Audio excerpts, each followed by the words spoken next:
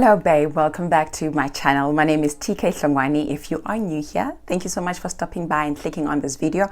I hope you will enjoy the content that I have and decide to stay. How do you stay? By subscribing, liking this video and leaving the comment below. If you're a regular, thank you so much for your continuous support. I love it so much for us.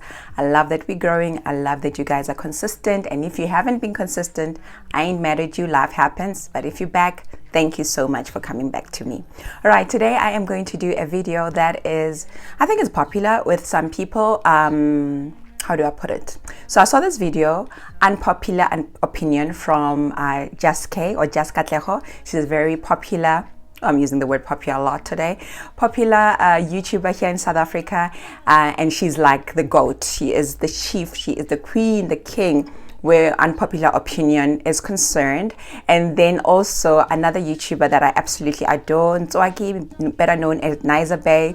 She also started, going with this trend of unpopular opinion. So as the title says, it's the popular and unpopular opinion, an opinion that is not popular, all right, contrary to what society says. If you know me well, you know that generally I have a lot of unpopular opinion, and I thought, wow, let me do this, because in general I always have something slightly different to say about things that society may be saying is the norm. All right, so today I'm going to do maybe 5 or 6 of those. I do have my notebook here, so I'm going to go through it, so please don't mind me now and then while I look into my book to tell you what that unpopular opinion is. All right, let's start with this one. Okay, so it goes like this. It's okay for straight men to be affectionate. What do I mean by affection? Hugging each other, and not hugging in like, just like hug, touch, and everything like that. Because I find that when we see these kind of images on social media, we instantly assume they're gay, especially black men. And I feel like if men were more affectionate to each other, the world will be a better place, because guys love each other, guys like each other. This thing that everything needs to be like, yo man, and I feel it's just like, really guys, there's nothing to it. Let men show love to each other. There's actually a picture, if I find it, where it had, what's that popular guy's name? Jordan B, hey? He's known as Jordan B. The guy from Creed, the guy who used to date Lori Harvey, the amazing actor. He was also on Wakanda. Black Panther rather. So he had a picture with a co-star. I think they both starred in Creed, and as it was going around on this photo, they're quite close to each other, and people were saying, oh my god, it is so gay and everything like that, whatever, you know what I'm saying? Why is it okay for us women? We are very affectionate towards each other. There are women who actually kiss each other. I'm not one of those. I don't kiss people in general and everything, but I see nothing wrong when other people show that to each other. Us women will tell each other we love each other, we'll touch each other, you will play with each other's bums and whatever. And I'm not saying I want men to be like that, but some little bit of affection, I think it's really great. I even love it more when I see sons and fathers being affectionate to each other. And I'm not talking when they're just at small age, but as they grow, when you see like a teen or even like a young adult, someone in their early 20s, and even beyond, just being affectionate towards their father, or their father being affectionate towards them. I think it will make a world a better place. It's just so beautiful, because as we know, a lot of men have so much anger. They cannot show their emotions, which is something I'm going to talk about just now.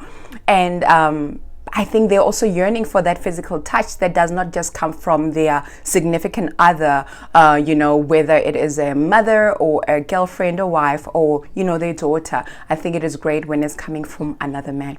I know it's not popular, but I think it would be great. The second one, I don't even enjoy saying this word, but I'm going to say it. So my second unpopular opinion is, do not call me a bitch. I hate that word. I hate hearing it. I hate women talking as if it's a normal word to use to each other.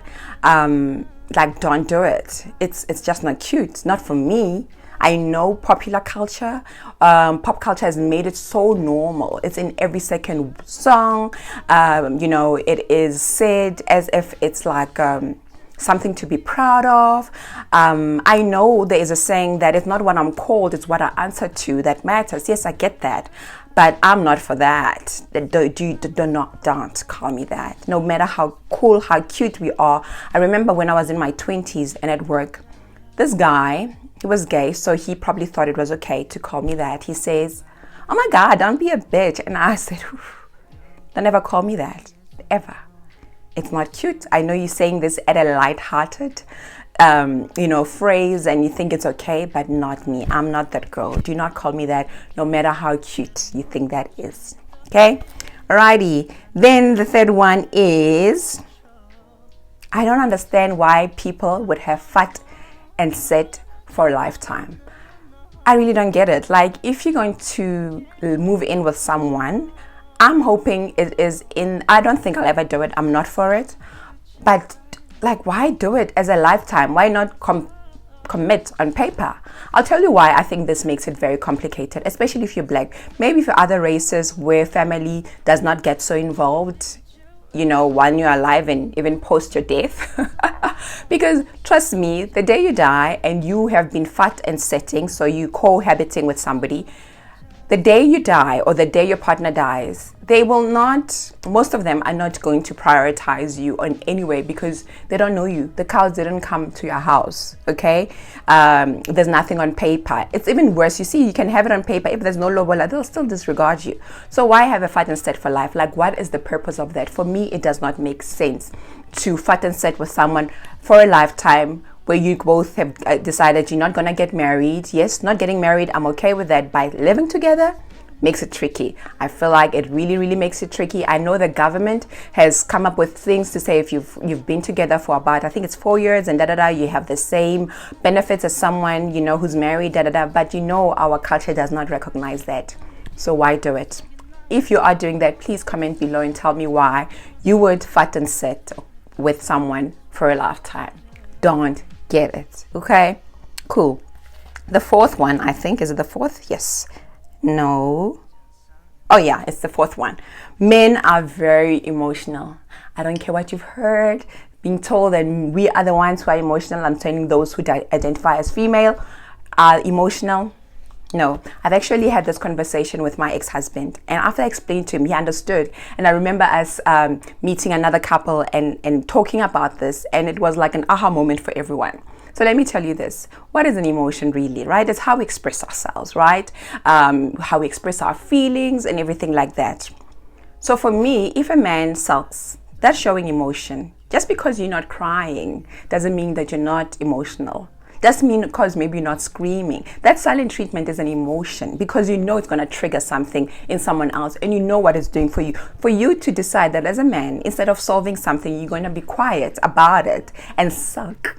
It's an emotion, okay? When you withdraw and do all those kind of things, it is an emotion that you are using because that is how you are expressing your anger. It's how you're expressing your frustration. So let's not pin the emotion to just crying, to, being whatever. I've realized that actually men are more moody than us women. Look, I can bet my last anything. Men are more moody than women. I've seen it myself and I've heard other women say it as well. I just feel there's a lot of things that are said in society about women that are not completely true, or they are not exclusive to women alone. So yes, there are women who are moody. You know what I'm saying? There are men who are moody. It's not an all women thing and it's not an all men thing. But yes, say it again, men are definitely emotional. Super, super, super, super emotional. Anger is an emotion. Right? If you want to throw things, that is an emotional. You are an emotional person. If you're going to scream, if you're that kind of man, that is emotional. If you're going to be silent, retreat when you're upset about something, honey, brother, that is an emotion. Okay? Don't fight me. I'm telling the truth. Alrighty. Then let's go into our fifth one. This I've realized maybe in the last few months. Okay? By observing parents and observing their children. So this is how it goes. How someone behaves is not entirely because of how they were raised. So society has made it so easy for us that when a child or a human being who is an adult behaves in a certain manner that is not exceptional to us, right? Maybe they're rude, maybe they do things that are just not okay. The first thing we say is that, well, it depends on how someone was raised. You can see they were not raised right, and I've also seen where parents are so frustrated when a child behaves in a manner that is different from how they raised them. And then they want to take the blame unto themselves. And I realized that, shame parents, please give yourself a break. How you raise someone sometimes does not work out the way you'd like it to. The same way that there's children or people who've been raised in a way that a society will think is unacceptable. The parent was not there physically, they were not there emotionally, they were abusive, and that person has decided consciously to live a different way, to behave a different way, because that's what they want for themselves. And the same child who was raised in a strict family with values that we think are great, with principles, being treated to love other people, can still turn out to be a bully for whatever reason. Maybe there's other underlying things that are happening in the house that you are not aware of, and you think you've done your part by showing them the right way, doing the right things, and they still go and become a bully. They can still go and be disrespectful. At home, respectful, never answer back, da-da-da-da.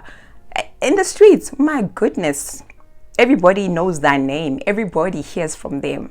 So I really do believe that sometimes, as much as when we are grow older, we do remember what we were taught when we were younger. So don't stop doing what you're doing, but do not give it on yourself that the reason a child turned out the way they did is entirely up to you, because they also have decisions that they make for themselves. Honestly, I know, and you know yourself too.